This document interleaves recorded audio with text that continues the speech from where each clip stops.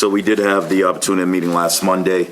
Happy to report on Measure 2022-108, approval of the zoning amendment to prohibit the development of additional self-storage facilities. This committee viewed the impact of that bylaw change from an economic development standpoint, not specific to the language that would be potentially involved, but how does this potentially either limit or impact our future growth in the town? I think a lot of folks were able to learn some things. I don't think anybody on the committee knew that there were actually 8 mobile home parks in the town of North Attleboro. I mean, if I had to think, I thought there was 3 or 4, but 8. And so then that brings up the idea about diversifying the housing stock and just, making sure that we're competitive in the 21st century with best practices when we're talking about, affordable housing. Mobile home parks aren't necessarily it. And it just so happens that we have 8.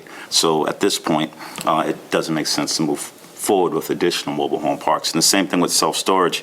I think it was about getting in front of this as we're doing our master plan efforts to make sure that we're not getting these things in the pipeline, but we already have enough. The planning board would make the argument that we have enough mobile home parks currently in town. This is not seeking to eliminate those.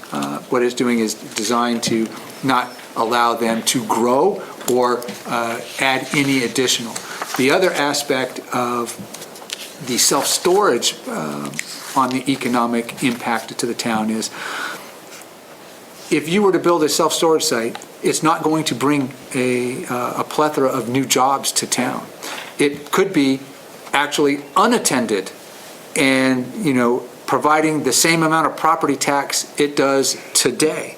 Now, selfishly, the town looks at it from this perspective. If you have a piece of land and it is developable and we were able to bring in, let's say, mixed use or some other residential or housing project, right, that addresses another need that we have, the tax rate would be more advantageous to the town to pursue that. You have more people that live in town that spend dollars in town, right? Go to our restaurants, right, and partake of the events that happen here.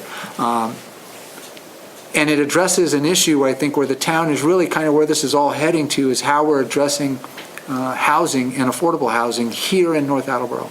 That we're looking at it in a holistic view of when somebody graduates college or comes out of high school and does an apprenticeship, where do they live? Is there a place in North Attleboro today for them to live? We want to look at, if you come and live in North Attleboro, we want you to stay here your whole life.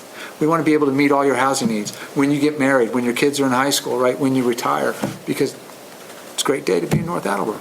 So I think part of this is we have to make the best use of the available space that we have, both either in development and coming very soon, redevelopment, because we're going to run out of space. Think about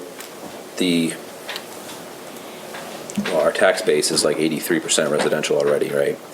Something like that. 88-12. 80. It's even more. Okay, 88% residential, and there's finite land available for development, like you said. We already have a lot of mobile homes as it is, and from what I recall, the property taxes on a mobile home are flat, like they're limited. It's a very small. $750 that the $750. homeowner pays. Now, the property owner that owns this, he pays us property tax, but not on the homes because it's not a home. So on the land. Just on the land. On the land. So when you think about what houses are going for nowadays, like that is in there. Economically, I totally can understand that one.